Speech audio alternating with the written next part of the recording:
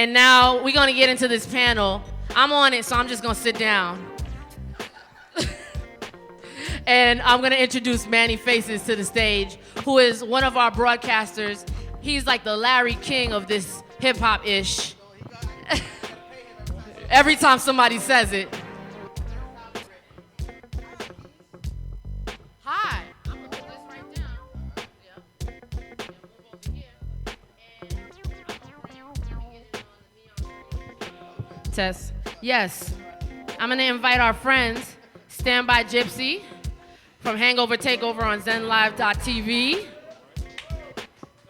DJ Fusion from FuseBox Radio. Where's my last person? Cynical Smith from Beatminerz Radio. Yes. Check. Have a seat. We're gonna try to make the squeeze work. Squeeze everyone in. I told you we a startup. We don't have listen. all that extra chair money. Yes.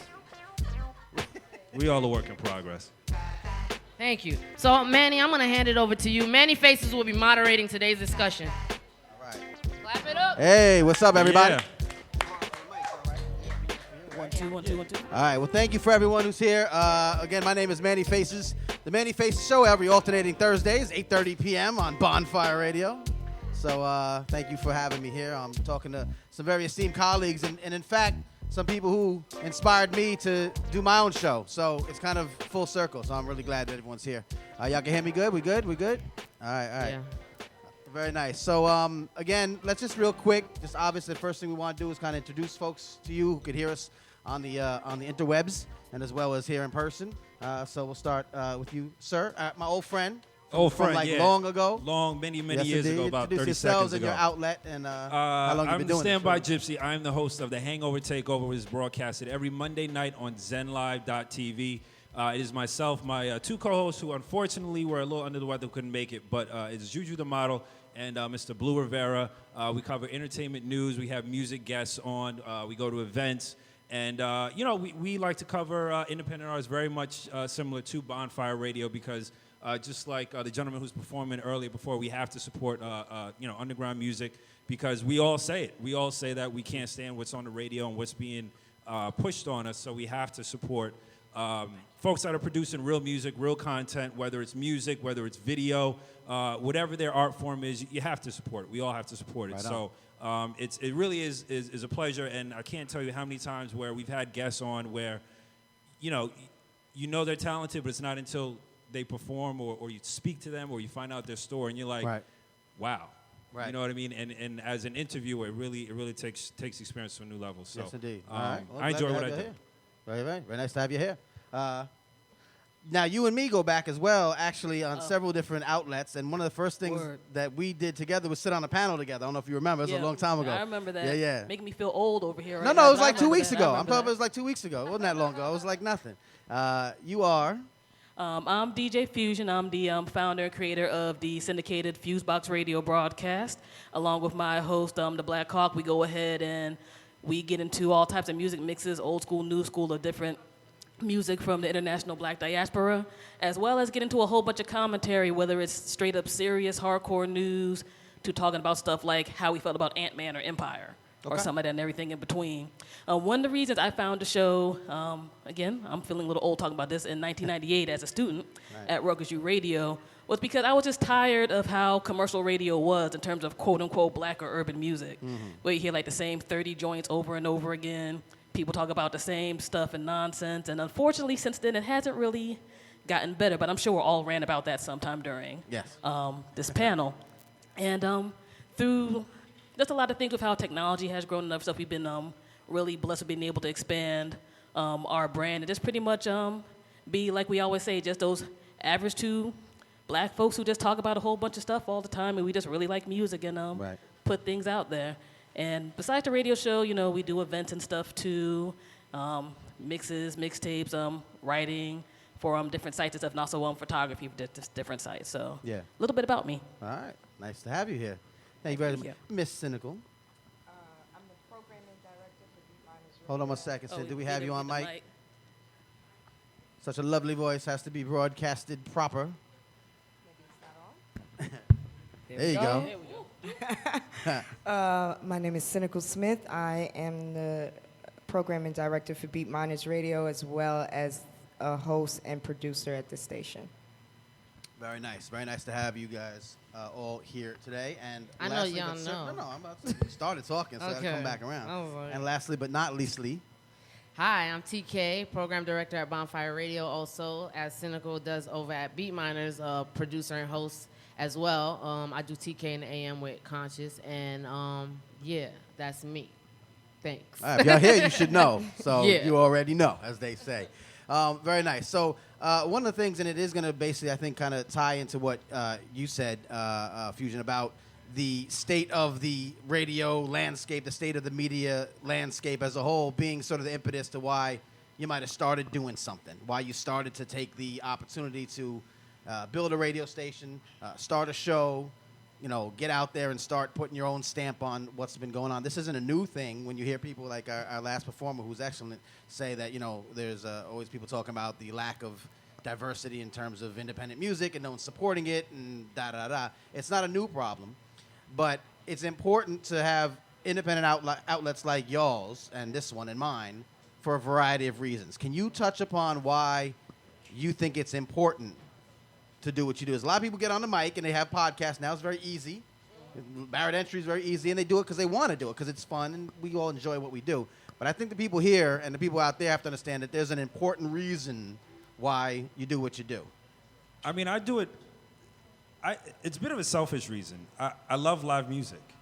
Like, I love seeing a live band, whether it's people with a real instrumentation or someone who's doing spoken word or hip hop, whatever the art form is. So I have to be honest. What I do is I love going to live shows. I love making that connection with the music that an artist I've never heard from before perform. Or maybe it is an artist that I'm familiar with. One of the shows, actually one of the first times I actually saw TK, she was actually hosting at SOB's. And this was a while ago. And but I had followed up and done shows over there before and had the honor to interview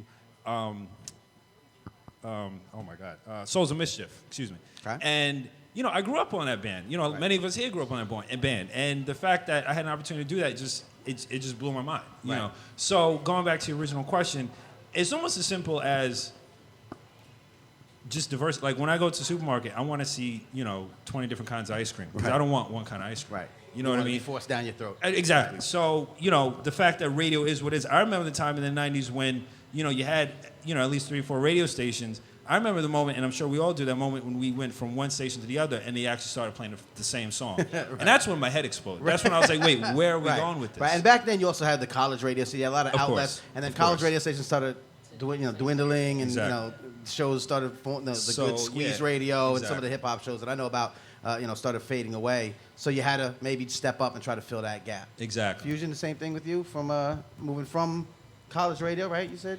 Yep, I originally started with college radio, so to a degree I thought I was kind of spoiled, where I was just there besides maybe a low percentage of a hardcore formal playlist, it's like I can play whatever I want. Right. And for me, I wanted to try to not just play the same old thing, right, whether it was a mainstream artist and their same 3 songs. I'm like, y'all make an album. There's a reason why I'm supposed to, delve into that. Right. And then I would just run into so many awesome independent acts, both in Jersey and New York. And at the time I started, doing things and getting really serious about it was when I think the internet exploded. And I'm going to age myself. I remember mp3.com. Okay. I remember Napster, MySpace, all of that. And I'm one of those people, I'm a college student. I'm just working part-time in between my classes. So I'm just emailing people like, yo, I like this track. Can you please send something through? Let's go ahead. Let's build. I want to put my stuff out there, and I'll send out my playlist and everything to y'all so y'all can help advertise, promote yourself, and maybe get interviews and things. I think one of the things that folks forget with independent media is that every building needs a foundation and needs to maintain a foundation. And indie media is always going to have to be around because, let's face it, especially right now, if you hear something on mainstream radio, it's probably been circulating in indie media for at least a smooth 6 months to a year plus. Right. With an artist or idea or a concept. Right. Or whatever else.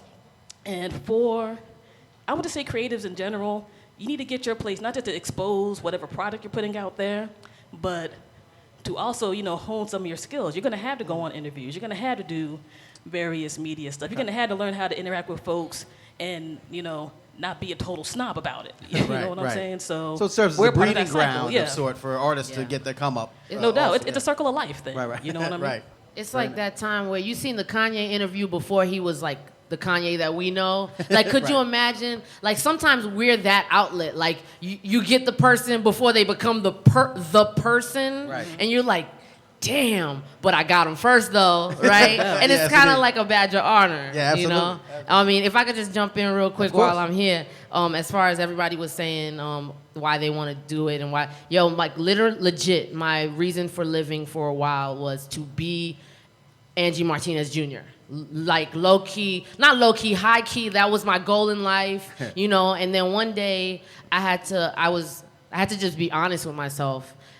Do I want to be on that type of station? And when I was finally honest with myself and I said no, it actually hurt me to say no at that time. Like, I still had no direction on, well, what am I going to do next then, you know? Once you admit what you really want to do with your life and that it might not be attainable, or not to say attainable, but they might not welcome you in the way you think and the way you welcome independent artists or into free thinkers and whatever. Because, you know, as much as they say where hip-hop lives or whatever, right? Is it though? Like, you know, but we out here, we don't live in, none of us on this couch live in the box. So I think that's why I do it, and that's why some of us here do it. Yeah, of course, I'm a big hip-hop head, and that's where a lot of my focus is. Cynical, because, you know, Beatminerz Radio comes from a long legacy of, you know, hip-hop, you know, powerhouse, you know, artists and DJs, Mr. Wall, Evil D. How important is it for you guys? Because I think from a musical standpoint, we're talking about a period of time that a lot of people value in terms of a sound, in terms of a feeling, in terms of a vibe, and we don't see a lot of that aesthetic anymore, well, as much, you know, especially in mainstream hip-hop. So I think a lot of the programming, you know, covers that, a lot of the music and a lot of the DJs and sounds that you have on there keeps that in mind. So how important it is to kind of preserve and protect and promote? Well, very important. We started Beatminerz Radio in '97. Yeah. We were like one of the first internet radio shows on 88 Hip Hop. And it was always important for us to preserve the culture and always talk about all the aspects of the culture, not just the music.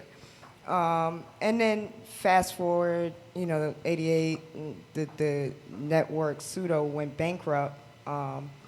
Mainly because they were trying to emulate what mainstream was doing. Right. And people weren't coming to us for what mainstream was doing. They were coming to us for the niche programming that we had. So it's very important, especially now. We saw it then. I mean, I started community radio in '96 and I paid to be on the radio because I saw what was happening with Hot 97, and I saw where it was going, and I saw that it was a lot of payola, and I saw that they were squeezing artists out. If you just say something wrong, your record is no longer played. So we saw where it was heading, and we knew as the money filtered in, it was just going to get worse, right? And so we wanted to make sure that we had an entity for not only our peers, but the newcomers coming up. Our market, the hip-hop market is one of the hugest markets ever. So it's really ridiculous to think that we can listen to everything. Right. I'm not turning on Hot 97 because I'm 44 years old. Right. They're talking to 18-year-olds. Right. Our market is from 8 years old to 70 years old. Right. And that's the real of it. So you have to be inclusive of all of that. Right. And I think that mainstream leaves it out. They leave out the older generation. Except for now, they see that with this boom format in terrestrial radio, they're going back to the old school hip hop format. Right. That's what sells. That's what sells commercials. All the commercials with hip hop in it is old school hip hop, right? Because you can't play this new hip hop in these commercials. It just won't sell. It's too vulgar. It's Trap don't sell Buicks. It's not going to work. Yeah. You know, well, that's an interesting angle to look at. Someone's going to say something. I didn't want to cut somebody off. Okay. So I guess my question is, community brings a lot of us here. Okay, you said you started a community show, college radio, community-minded, going out, attending live shows, independent media, and certainly community is one of the cornerstones of Bondfire Radio. again, we talk about how much, I think, in my opinion, much more important it is now, because the concept of community in radio, which used to be a foundation of local radio, wiped out. I mean, you talk about public radio, maybe BAIs, of the world, or even, struggling to stay alive. So that used to exist on terrestrial radio. And terrestrial radio, a lot of people say, I don't listen to radio anymore. It's not important. I don't care. But no, a lot of people do. And it's still it's still probably one of the biggest ways to get your message out. It's free. And it's free. And you get it in your car, and you get it anywhere.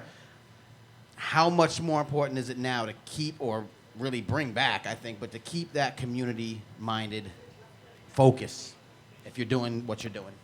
I mean, it's really important. One of my mentors was Bob Law. And Bob Law was Night Talk, and he served the black community. He told them what was going on, how to mobilize. It's not, it's purposeful that radio is localized. It's purposeful. That's why the internet is wonderful. Like, it's just so broad. So trying to get your market, your audience in one place. But radio was used to mobilize communities, let them know what was going on. Right. No, the news is localized because they don't want us to know what's going on in LA, and they don't want us to know what's going on down south. Because if we knew, we would mobilize, and together it would be a problem. Right. So keep it local and keep them separated. But it's hard now. And we've seen, like you said, the internet is social media. When Ferguson was going on, I knew guys that are up here. Shouts, I know Charlie Hustle and R-Dak and Rebel Diaz, who were doing things on the ground here that I know were in touch with people in other parts of it. And it wasn't because they were all listening to the radio. It was because they finding new ways and finding ways around it, a la internet and indie media. I mean, like when you were talking about everything is starting to sound the same. I go out of town, it's the same. Steve Harvey in every market. The syndication is crazy. Like, yo, I'm not supposed to know. Like, it's so generic.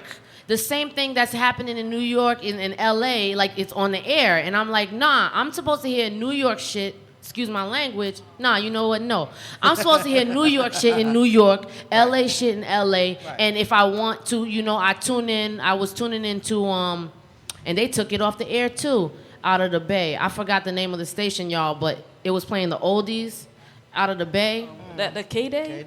K-Day, right? I was tuning into K-Day, and they couldn't survive. They couldn't keep their money off, so their feed got turned off. But it was so California. I wanted to feel outside of New York, so I tuned into K-Day, you know? Right. And I think the advantage that we all have being independent and online is that we're locally global. We can talk to all these people, but we can still do it from, Westchester, D.C., Brooklyn, internet up in Long Island. That's right. And still in our underwear. And still rep. I got Alaska on deck. I got Scotland in the morning. Absolutely. You know what I'm saying? And they're down with it. And so, like, if we talk about the law in the morning show, they'll be like, oh, well, I didn't realize that's how y'all do it in America, but here's how they do it in Scotland. Right. It gives you a different perspective. It's amazing. Yeah. And I'm not supposed to be just spewing generic same shit every day. Right. So, yeah. I just wanted to add, and the other piece, again, piggybacking off of the technology, is not, like, now we have chat rooms.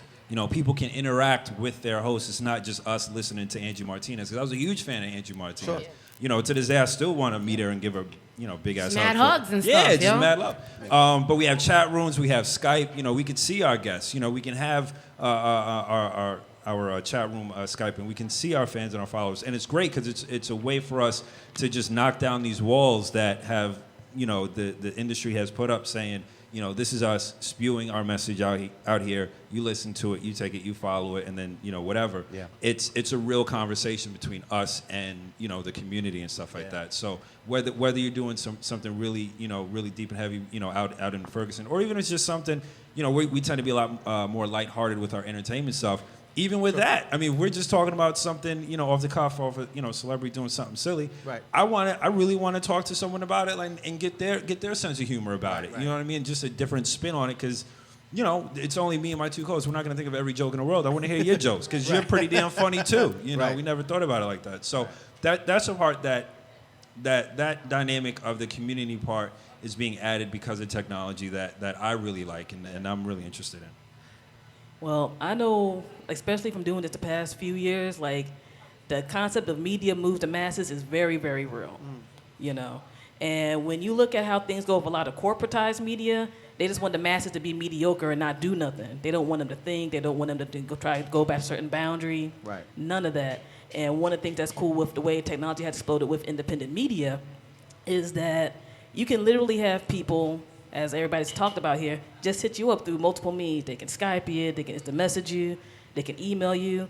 It can get a little hectic sometimes on Facebook and Twitter, but those type of things can be really helpful.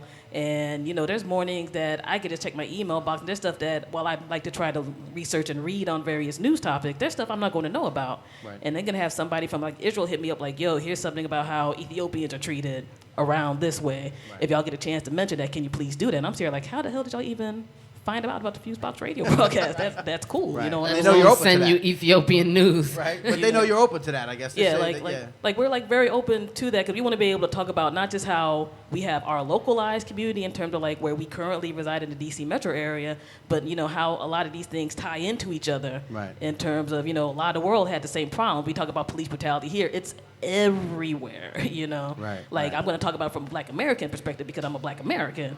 But if there's stuff that ties into a situation that somebody's going to email me about in Germany, where it's like, wow, they're using the same tactics, and maybe you know some of these cats are getting training from each other. We can tie all this in and have people think on a bigger, broader perspective. Right. One of the things I always like saying on the radio show at the end of each of our commentaries, Sam, you don't got to love or agree with anything that we say, but if we sparked your mind and maybe try to think and research something and, you know, talk to your peoples about it, then, Right. you know, we've made that good impact. To me, that's the point of quality media as a whole, Right. much less independent media. And we know the mainstream cast, honestly, there's a few good soldiers in the mix of a whole bunch of dirt for and sure. muck, Sure. but they're few and far in between, you know what I'm saying? Or they're compromised because of the situation Right. that they're in. You know, some people aren't going to be bold enough to say something that's going to mess with their paycheck. Let's keep it 100. Right. You know what I'm saying? For It's I easier just gotta when- ad lib your shit, yup. yeah. I was gonna say it's easier when we don't have a paycheck. Yeah, I was about to say. Absolutely. Like I'm a little more broke than I would like to be, but at the same token, Yeah. like there's the opportunities that come along, such as this and other types of things, where I'm just there like, yo, this just comes from me being me, and I get to sleep well at night. Right. You know And what I'm that's saying? important. And that's something I treasure. So let me ask you this: it's easier to do, easier, because none of this is easy. If you care about what you're doing, the work you guys put in, the work I put in, I know very well. But it's not easy. But it's easier for people to do it now. The barrier to entry is you know, much lower, and that's a blessing and a curse because it does open up the door to people who have valuable things to contribute. But it also opens the door to a lot of clutter. And I think that the clutter struggle is real, and that's what hurts independent artistry and, you know, music, journalism. I work in the real journalism field, quote unquote, which is the mainstream, you know, where we do, and that's why everyone's dying because it's become so easy to, you know, find your own way, but it's valuable. What are some of the challenges specifically? Because there are people listening. It's an online broadcasting panel. People want to say, well, I am, you know, doing my own thing, or I want to do my own thing. What are some of the challenges you guys are facing in getting that audience, getting people to pay attention to you and maybe not someone else that's not doing it as quality as you are? You do want them to listen, right? I mean, that's part of it. I would say consistency. You know, Okay. again, the internet is a baby. You know, it Yep. still is a baby.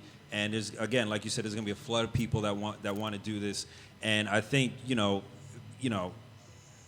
God willing, you know, all of us on this stage are still going to be doing this 5, 10, 15, 20 years from now, in whether it's this form or another form. And the people that are cluttering the highway, they're going to be gone. They're going to take off the drive. exit. They're going to take exit 5 and be gone. Because it ain't easy. It's not easy because, like you were saying earlier, there's so many. There's email, there's Instagram, there's Twitter. There's so many things you have to balance all at the same time that literally you're pulling your hair sometimes because you don't want to miss anything. Right. But at the same time, okay, you missed something today or this week or whatever, but just keep going. Just keep going. Keep going. Yeah. And overall, people will see you because they're scrolling on their phones and they might not comment, they might not like, they may not follow you. You know, you might be a suggested post or whatever, but they saw you. And if they see you again, you know, 6 months from now, a year from now, maybe then you know what I mean? So, and then they'll go back and go back and see your catalog of stuff because you've been consistent that whole time. Right. They could say, damn, Manny's been doing this for ever. You know what I mean? Right. And then, you know, if it's someone of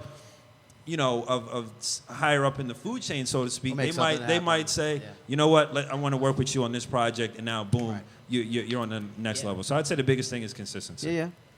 I'm with him. Consistency not only in like just being out, but consistency in quality and becoming a trusted individual, right? You know, are you just giving bullshit? Are you just selling booty, which is cool, right? If you're looking for a selling booty audience, but really right. At the end of the day, right? I mean, booty over here. Get your porn booty. makes a lot of money for a reason, Peanuts, right? popcorn, Consistent booty. But consistency in quality and consistency in form. Just really, like he said, being out there. Somebody will see you, and you never know. It's really scary sometimes when somebody will roll up on you and be like, "Keish," right? And I'll be like, "Oh my God!" Like, and they'll be like, "Oh, I'm from Canada." And I'm like, "What the hell? Like, what are you doing? Like, why are you listening to me?" Yeah. So you never know. You just never know. Consistency would be number one, I think. Consistency in all facets. You mentioned the word trust, and I'm going to ask you about this as well, because it is something that I think we have to try to focus on. A lot of, again, traditional media is the public trust. It's the fact that you don't get bought off. You don't get paid to play or paid to write an article, which in hip-hop media, God, they don't understand. Like, you get, I see you, Cynical. So... Like, so it's not just on the radio. The pay for play is also pay for print, or pay for blog, and it's a whole thing now. So, how important it is to restore that concept. It's not even that the trust is gone. The concept of trust. People just don't realize that that's something that media is supposed to provide. Well, I think a lot of things that happen is the genuine voice isn't really as treasured anymore.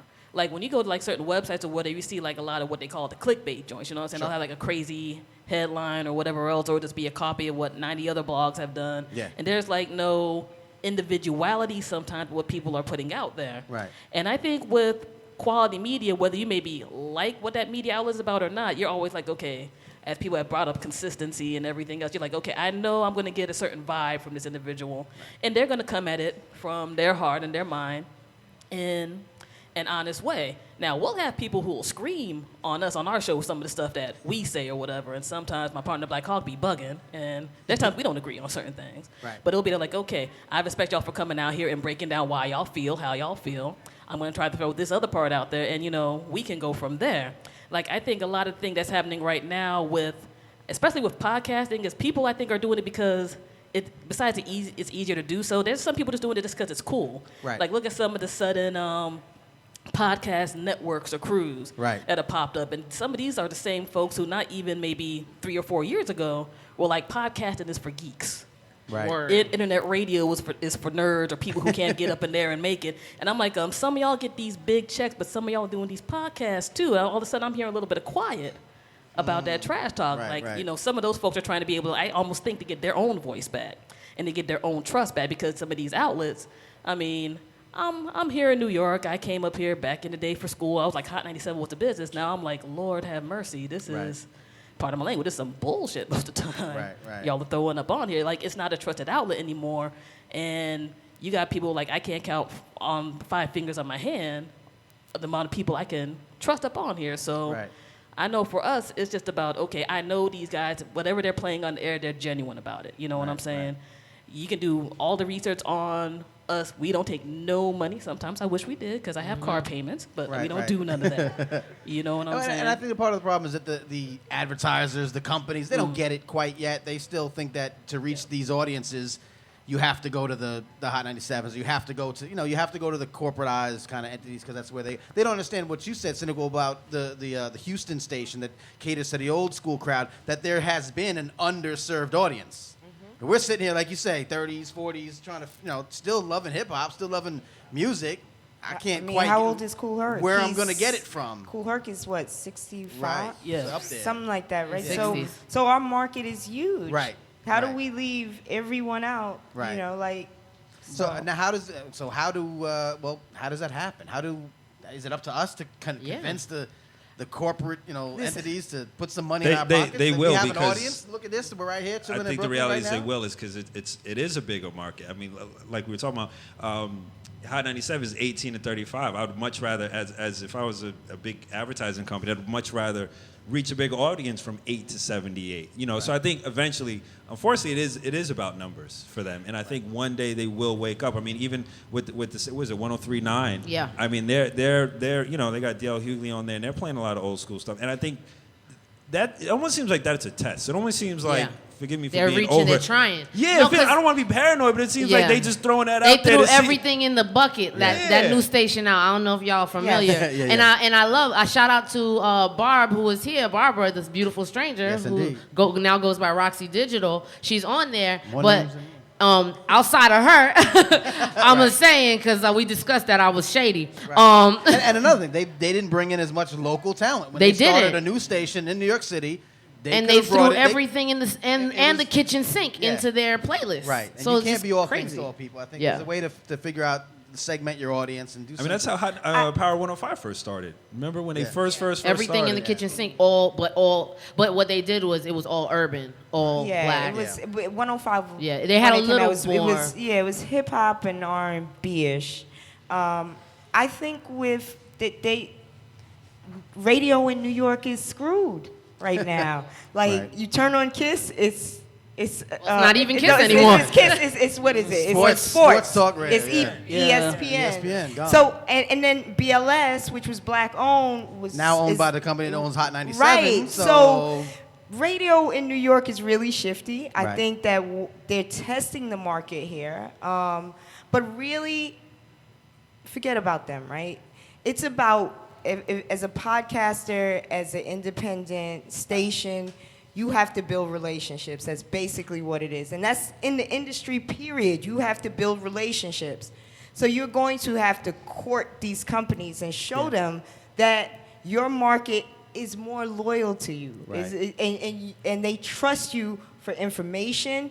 I mean, out of millions of people, millions of stations, we have a set number of people that come to us every day. Right. You know, those 5,000 people might not seem like a lot to you guys, but 5,000 for us a day building our station is a lot. And so those 5,000 people keep coming back, and then they tell people. They evangelize. And so our numbers are increasing like that. And it's a slow process, but when you don't have the marketing money that these corporations have, but it is about going out there and looking for maybe businesses that are just as small as you and want to come up with you, or local businesses, businesses in your neighborhood that have resources but can't afford a Hot 97 and don't really know what the feedback is, where we can give them feedback on who, you know, and they can see it. And I think that's interesting because you had an interesting article, Manny, about how the play that was based on Tupac, A Rose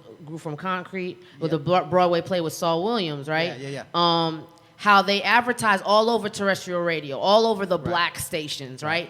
Because they figure black play, black station. Right. Rap they didn't music? do no Hot research. 97. Right.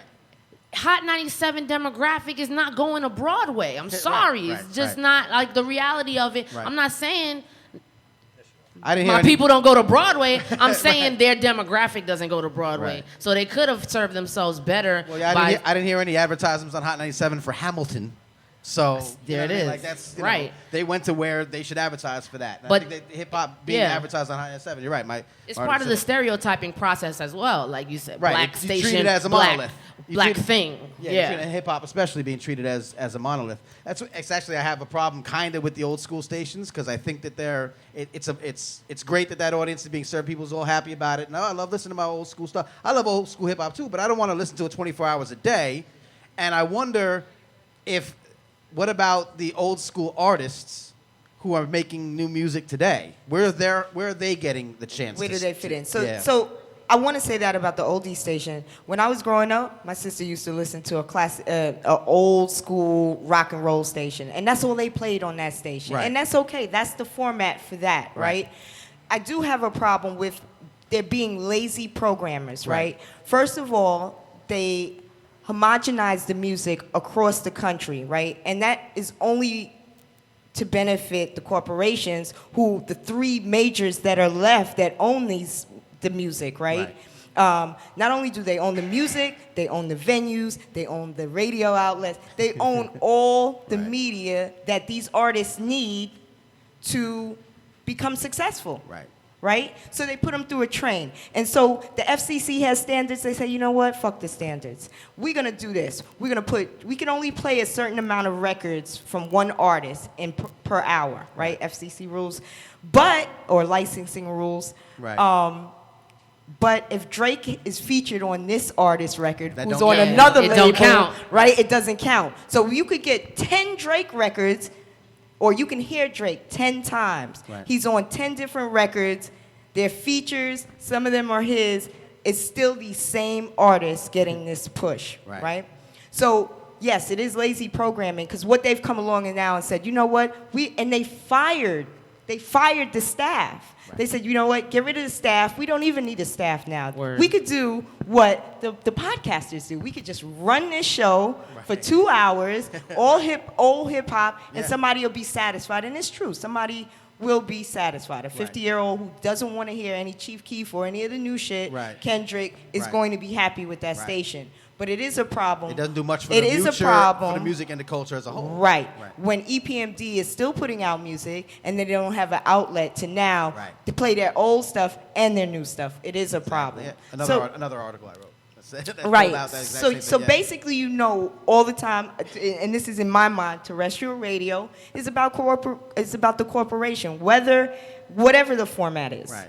You know what I mean? Even if it's masquerading and that's as what the about people want, it's not. dollars at the end of the day. That's what it's about. So at the end of the day, because as people say this, they'll say, do we try to focus our energies on taking back the radio? Nah. Or do we just work on what we're working on here?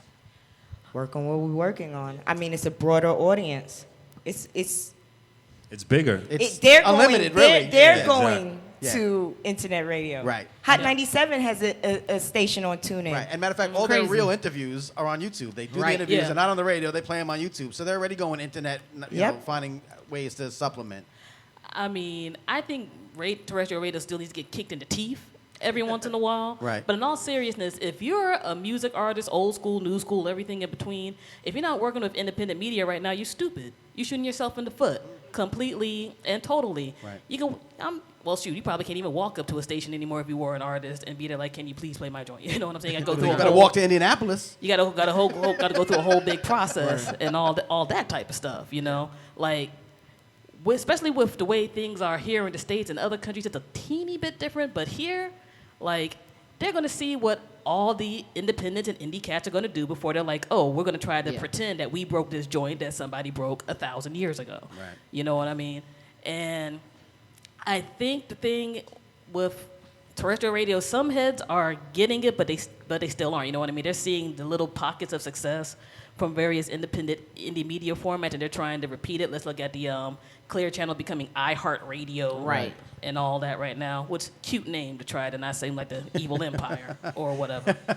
And, you know, they're grabbing up different podcasts and putting them on their independent their own internet radio stations and all of that, but they're still doing the big nonsense with these stations that, you know, which is still free. Turn on your radio. Right.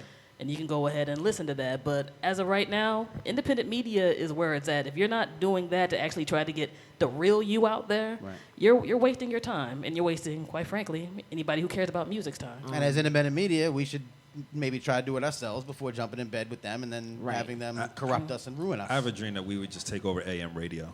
AM radio. Yeah. Let's go back to AM. I'm going to need them to bring the sound quality up, though. Yo, I know. And 78 records. Word. Bring those back, too.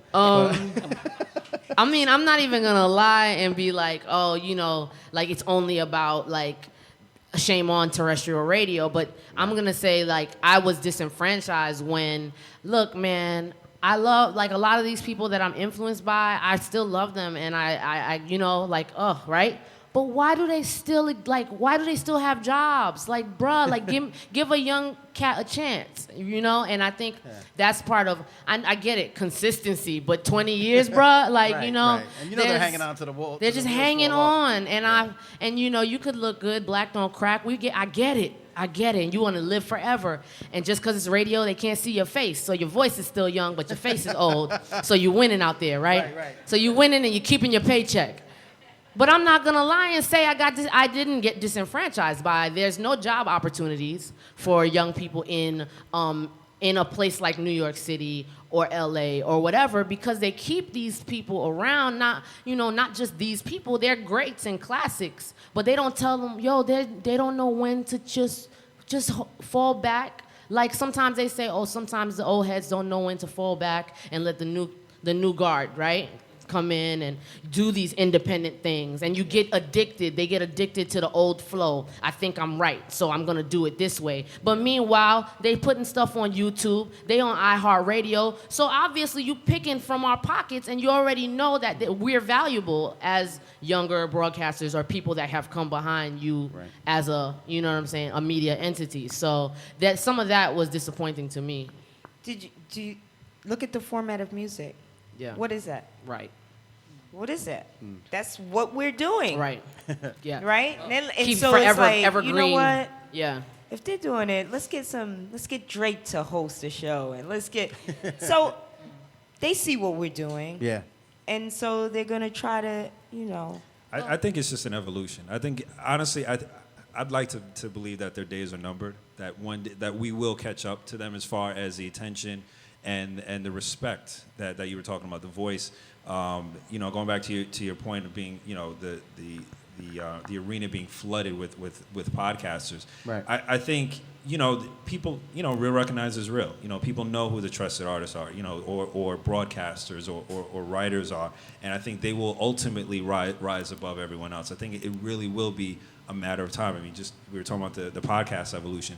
I mean, what is that, 2 or 3 years old? Right. 4 or 5, whatever. So, give it 10 years from now. And I think, we could I would love to revisit this conversation and redo it and see where, it has grown. And I would not be surprised where, but then, it is human nature. I mean, God forbid, you become a big podcaster and then you become the evil empire. That's the other side. Let me ask you this. So now on our road to here, Yeah. we've probably felt like nobody's listening. We're not getting through. We're just spinning our wheels.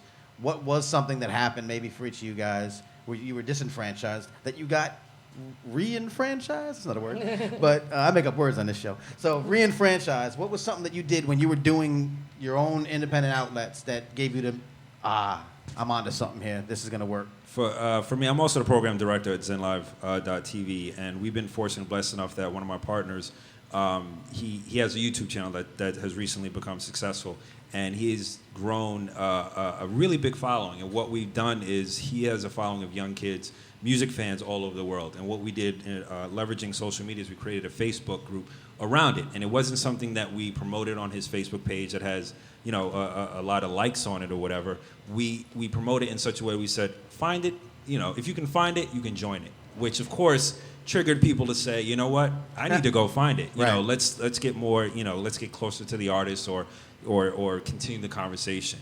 And that particular group has grown into, I think it's a few thousand people in it. And it's great. And what I've done as a program director is reached out to these kids and basically created like a small little army of programmers. They're creating music playlists for me, from other parts of the country. And it's literally something that I've just started to do in the past 2 weeks. Interesting. And it's a situation that has reinvigorated, I would say. I like my word better, but fine, whatever. No, whatever. Use real words. But yeah, because it is. I mean, it's hard. I mean, just trying to climb this mountain. I mean, sometimes you can't even. I try and forget that I'm climbing the mountain because otherwise. I actually think that's a really ingenious way of doing it, because I do talk about the clutter, and I say, some people aren't cut out to be podcasters because you got to put a lot of time and effort in it. You're gonna do it for a little while. You might realize that I'm not gonna blow up doing this. That the it's not as shiny as I thought, and you're gonna get jaded and you're gonna fade out. Meanwhile, you could have put some effort into helping an already established or an already thriving, outlet. You could have put that. You could have interned for us, for any of us, instead of trying to do it yourself, because it's tough. Like, we know how tough it is. What you're doing is you're getting people to participate, help you guys, exactly, but not spin their wheels and then go off in a leveraging people, like, I hate podcasting. Using people that already care about you and love what you do. That's brilliant. I'm copying that. I mean, that's brilliant. Yeah, and but again, I think going back to it again, as far as flushing it out, I think networks like Bondfire and Zen Live and the networks these everyone works at. We will eventually network and pull together. You know what I mean? We will become just a united front where people will they will respect us because we grew up in the 80s. We grew up in the 90s. We know what real is. We know that, Drake is fake. And there is tie-in. There's been plenty of tie-in. You've been called on my show. We've sat in panels. I DJ'd with the Beatminerz crews. I'm here on this. So we're starting to see that. And, some people pay attention, so that's all right. Give me a moment that, lets you know that your voice is important. I think one of the things that lately has occurred, because honestly sometimes this entire music industry mess gets tired as hell, is that on the other ends of media stuff that we do, it just sometimes tends to show how the radio show has made an impact. Like on Friday, I was over in Newark at the Prudential Center doing coverage for the Antonio Tarver boxing match. Okay. And I'm sitting here, I'm like, yo, Golden Boy Promotions, all that. They just looking at the little FuseBox radio, and I'm sitting next to ESPN and all these other crazy folks. And I'm like, what the hell is my short ass doing here? There's all these grizzled sports reporters and all that type of stuff. But it's because my outlet, because all these folks are going to research you before they give you a press pass to anything and see what's what. They're going to look at you and here's your consistency. You actually have your own voice with what you're talking about. It'll come from an interesting angle. It's not going to be just, here's all the stats we gave you on the stat sheet or whatever. Okay. Since through our official blog site, blackradiosback.com, people check that out sometimes more than they check out the show and vice versa, but it all is interconnected. So when you get to seeing with certain events and things like that with how people are looking at you, it's wow, somebody's really looking at me and respects me enough to put me up to this level. The past 2 years, for 2 years, actually 3 years in a row, I was up in Canada for North by Northeast, what is the South by Southwest of Canada. And this one of those other things, I'm just there what the hell am I doing up on a show with some of these big acts and stuff around their Times Square, Young Dundas Square. I'm I'm DJing at this thing. Yeah. There's 20,000 people in this crowd. Ludacris is headlining one time. Ghost and Ray is headlining, Another time, Juicy J, which that was a crazy ass show, headlined another time. But I'm up in here being able to do this. But it's because people looked at not just, the music skill or whatever else, but they're I see that you have an outlet that you've been very consistent with, that you've been doing your thing. Right. And we know we're going to get a certain vibe and everything from you, not just on the music end, but also on the professional. And so little stuff like that, right, when you get kind of down and you're wow, I'm really crazy doing this in my mid-30s still. And sometimes you got your relatives what the hell are you doing with this radio show stuff? It's even tough in your late 20s like me, I'm just saying. I know. I'm about to say, you're very fresh in your young 20s. my son is in his late 20s, for God's sake. It keeps you invigorated in, I think, an industry where someday they tell you that once you get to a certain age range, you're not supposed to do anything no more. Right. You're pretty much dead. I'm 36. I'm not supposed to be dead. You know what I'm saying? I'm not supposed to just automatically that credibility factor have given up. And I can't lie. I can't be 21 for 10 years. You know what I'm saying?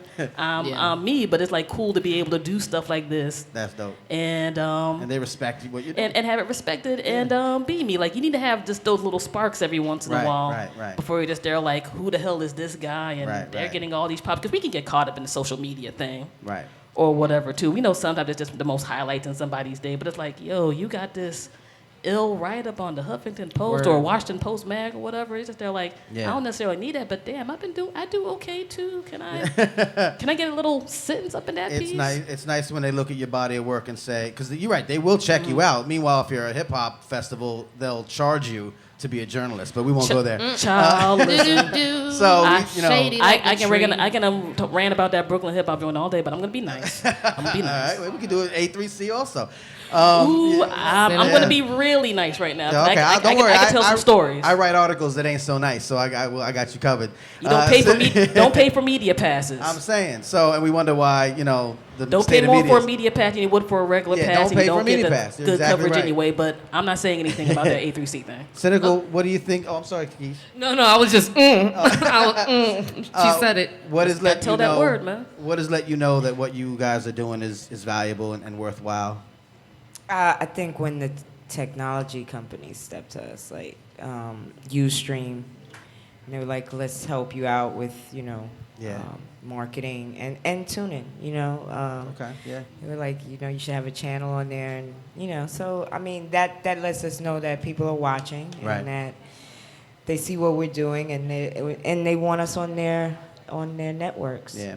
I think that one thing real specific to, you guys is, you talked about earlier with the radio stations and the people that are, the outpouring of support, the call to arms, the people that are involved when something happens or, within a member of our community. Yeah.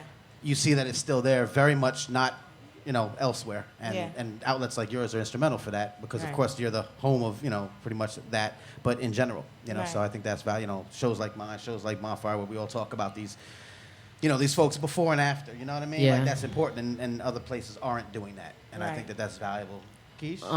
I think what reinvigorated or just kept me invigorated since Bonfire Radio is only like almost 3 years old, and just wanting to keep doing stuff like this, like the festivals, and actually like linking up with all of y'all and all the listeners, because the listeners have resources. Shout out to Abigail, mad resources. Everybody in this room has mad resources, so that keeps me invigorated. Yeah. But also with the consistency thing. So in other avenues of my life before we started Bonfire Radio, I was meeting people, and I didn't know I was gonna meet them again.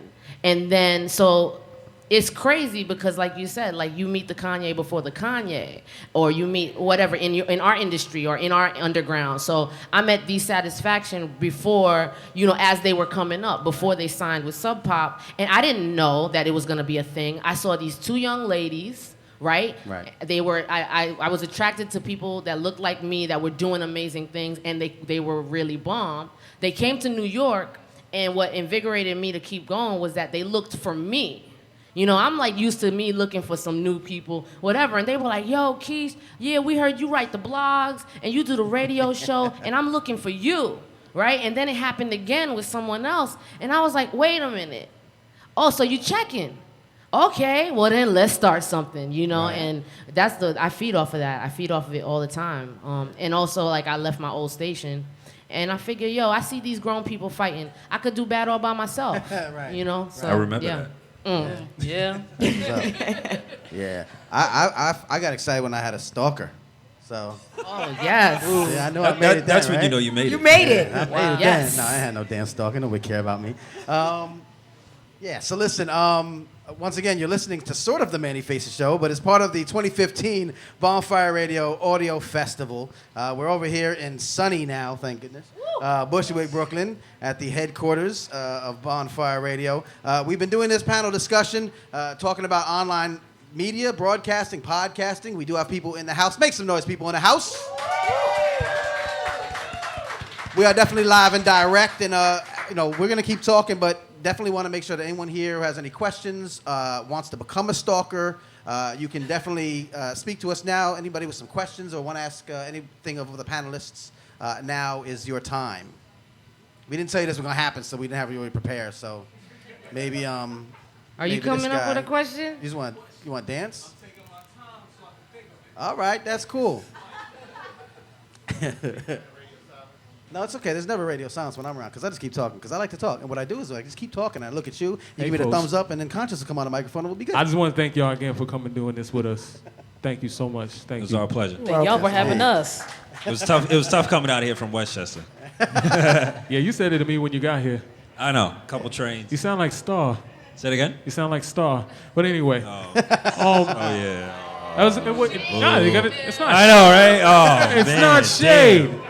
When's the last time I've been on your show? I'd like to come You back. can wait, dude. Anytime. That was shade. Okay. Anytime. So, it's tough to get to yours. It's so early. what does it look like in terms of finding your star player and motivating yourself to do this job on some of the days you may not want to get up and do it? Because we can't front like we want to get up every day and do it. Maybe 99% of the time, but there's a 1% where you're like, that 1% what is it? Is it an email? Is it what makes you, what charges you? I'm charged up. What makes you do it back to back?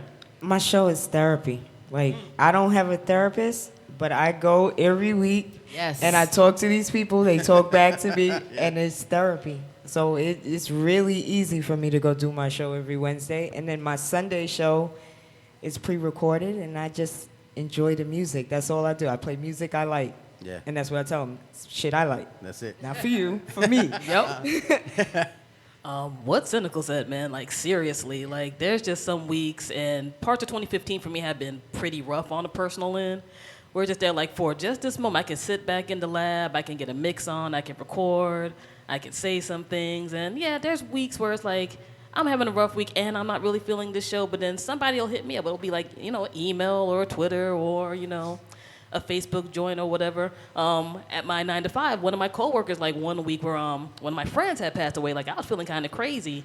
And Dad just came up on me like, yo, this political joint y'all talking about, like, yo, you know, that gave me life, and I was having a crappy day and whatever. And I'm like, I'm glad somebody was feeling this joint. And I was like, y'all, you listen to my show? Because I don't necessarily tell too many people how much stuff I do on that end.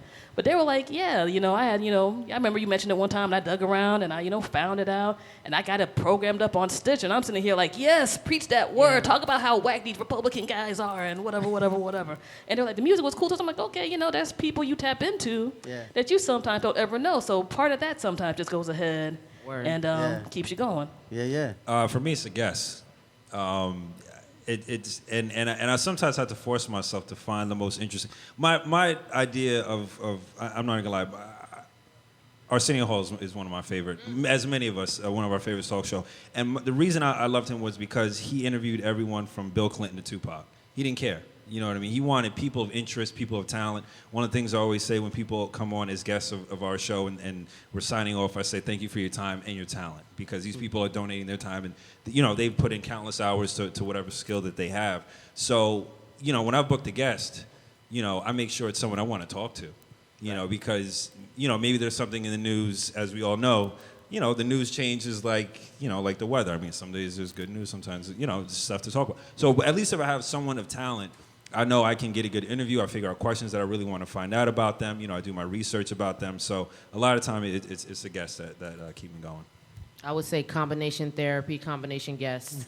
Yo, I mean therapy because like Affirmation Friday, Air Out Wednesday, like literally, you know. You built therapy I into your show. built therapy into the show. Right. But I mean, it's real because if we're the person, right, we are giving ourselves and we're listening to people tell us real shit about themselves. It's therapy on both ends. And then the guest, you know, I don't know if folks, like, if they really know me, I'm not on some, oh, we friends, you could come up to my show. If you're not talented and we friends, then you cannot. Right. But we can still be friends. Right. But if you are talented and my friend, then that's a bonus. Right. So I just need, you know, if you're listening, to realize and maybe, you know, get some rehearsal time in. Hypothetically. And then we'll come back to it. Hypothetically. Right, of course. Yeah. So do good. As one of y'all, you know, I'm one of you guys too. I'm trying to do these things. I have my 1% days. Not that kind of 1% days. But I do a lot of things. I have a lot of children and a lot of handicapped pets, and I have a day job. And you got dogs with wheels for legs. I do. Got wheelchair dogs and a whole nine. What? That's a real thing. That's a thing. Wheels for legs. All right, listen. Don't be making fun of my dog, Bark Obama. So, Puppy Chulo. So listen, I have, it's really a lot of you guys that I met years ago, you know, artists that I've been following as, you know, is when I get out, I feel the way I can't write anymore. I can't do my show. It's a pain in the ass. I don't want to edit anything. I got, you know, go to work tomorrow. I don't want to come out to this Wednesday night show at 11:30 somewhere in the middle of Manhattan. I'm on Long Island. But then I do. And I get inspired by, you say the guests, I get inspired by the live music, by the artists, by the stories, you know. When I find out things about people and I want to talk about that, I'm able to share those stories on the variety of outlets that I started and created. So when I get it back to me, where I had a guy who said, I gave up on new music.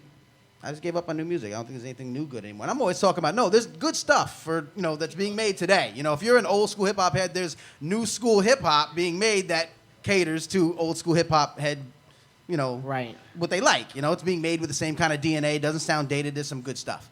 So I always preach that sort of thing. And he came to me and told me, said, I gave up on new music, but you put me on to so much good shit that now I'm back out there again and I'm, you know, going to some of these indie shows and I'm discovering artists that I've come across through the last 3 or 4 years, 5, 6 years, doing my outlets that are doing amazing things and need that light. So that's what inspires me to, you know, keep it going. Can I say something about inspiration? I guess this kind of goes into like something that we would tell someone if they were trying to hit us up. Like, it's not fully my job to know what you're about. If you're gonna hit someone up, if you're trying to be a potential guest, listen to what you're trying to get on. Listen Word. Read the publication that Facts you're trying to only. get on. Sell us you so that we could sell you to the listener. Right. I'm tired of getting, yo, I want to come through. Why? What's your story? Super King Armor was homeless, damn, and he made an album, and he has a life story. Right. He inspired me to inspire others through his story. Right. So I just want to say out there, it's not just like on a one-way, it's a two-way street. Right. So you help us help you by helping yourself. Do the research before you hit up the outlet.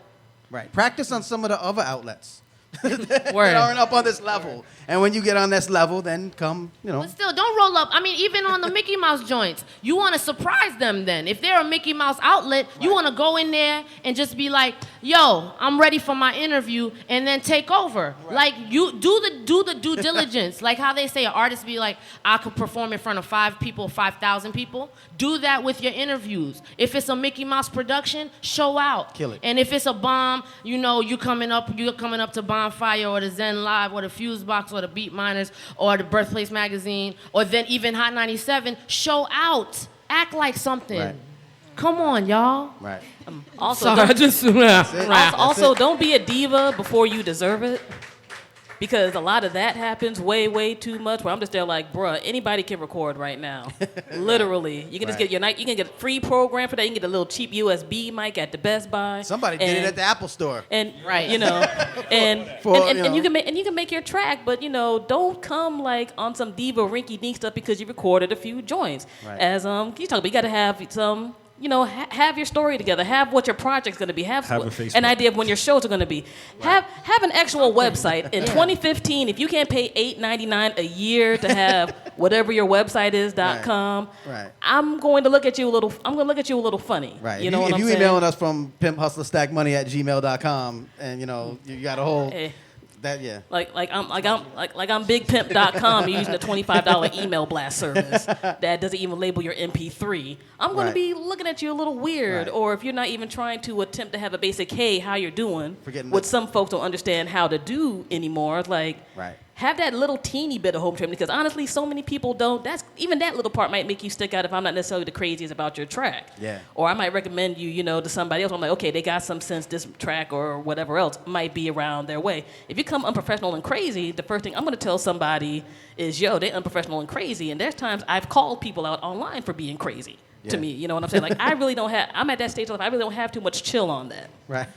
I think that's a whole different panel, social media etiquette. Yes. 'Cause Ah, man, people listen. reach Email out and to social, you, they yeah. don't know you, they approach you wrong, and it's laziness, right? Don't post your Because video on my Facebook wall. Artists And not say hi. She's going in. Nobody ever blows up with that. I don't care about your event. Word. I don't care about your video. How about you just say hi and we can go from there. Don't post it and say that you were with 90 million people that you don't know because Right. you just heard their name. Yeah, and use your Nah, BCC field, damn it. But see, I'm sorry. That's a little rant I got on because that makes Word me up. catch feelings. It's all good. Q&As. Anybody else have any questions for our esteemed panelist? Yes, sir. I think you're a record player, man. Holla at the crowd. Hey, what's up? From my brother, Zen Gypsy. Where in Westchester? Portchester. Okay. Yeah, right by the Capitol Theater. Mount Vernon, bro. I understand that multi-train struggle to Bushwick It's is real. very real. It's real. It's 'Cause, very yo, real. You put, I ain't gonna call you, but you put the JMZ on the email. There was no M running right now. So I'm like checking for the F, and then like 2 of them passed. I had to go back through. I had to pay again, and then wait for it. And then I'm like, yo, I'm gonna be late. It It's is all good. Don't worry weekend subway helter Yeah. We don't know skelter. about that. I'm from Long It's all Island. We don't know good. nothing about Helter none of that. about it. skelter. Yeah, you got cars. Yeah. So just to go back quickly in regards to the old school hip hop stations that are popping up, because what rises up in me in regards to it is this music deserves longevity. There have been the classic rock stations and all of that, and our music deserves that same amount of longevity. At the same time, I do think that Manny Faces brings up a very interesting point in terms of if you're in fact playing that for 24-hour cycle, but you're not touching upon perhaps the new releases that those same artists that you came up with are putting out in the here and now, there's a cutoff. Not only that, but in a way it sort of perpetuates the generation gap that's happening within hip-hop itself. Yeah. So I honestly do think it is more than likely going to be up to us in terms of independent media personnel to show that connection. One of the things that I like to do in terms of what I do for Bondfire is connect those dots between the old and the new. So even if it's just about showing people that the folks that you grew up with, that you idolize, guess what? They just put something out this summer. They got something out coming up right now. And perhaps make those connections between the old guard and the new guard that are coming up who may go about making music with new school technology, but have an old school ethic. So they've touched upon some of those people that we came up with, but they're making stuff within their style, but it's still something that older heads can relate to. No, I agree. I think you're talking to the choir, though, right now, because we know that, and that's the format that we're doing. When I was referring to the boom station, I was just saying how important our history is. And like I said, it's a formatted station. Right. They have an old rock station, an old rock station. Why can't we have an old hip-hop station, like you said? And I get it. But like I said from the beginning, it's corporate. And so I know what that's about. That's about money. How can all the little advertising companies are talking once they're playing that format. Oh, we could use this song for this commercial. Right. And so I get that, you know. It is up to us, right, to keep the longevity of these artists going, right? Because Rolling Stones are still touring. They're still, in the media spotlight. And that's because they care about their artists a little bit more. Right. We kind of say, okay, you're at a certain age, you gotta go.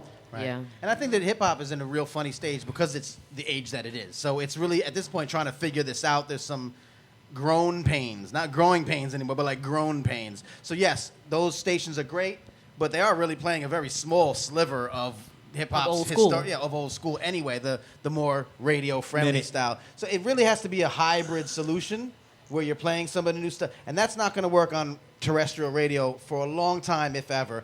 And it costs a hell of a lot of money to get an FM broadcast license. So if you're not doing something that pours in the dollars, it's not going to happen. It can happen on a big level on the independent. I mean, that's how it started. When we used to listen to rap, 10 o'clock on Friday. We have to go. We had to run to a radio station with a cassette tape, and we had to be there because it was only on 4 hours a day. Right. One day, that whole kind of, you know what I mean? That whole thing would come back. That's it.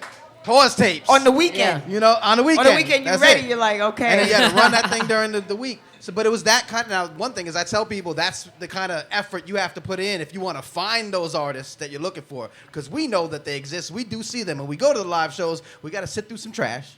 Because everybody and their mother. But you find that one gem, it makes it all work. Makes it worthwhile. You know what I mean? Sometimes you'll find someone opening act. Yeah, and you follow them and you support them. And now some of them are performing here or they're on this radio station. So you put in that effort, the same effort we had to do to run to the radio and be there at 10 o'clock.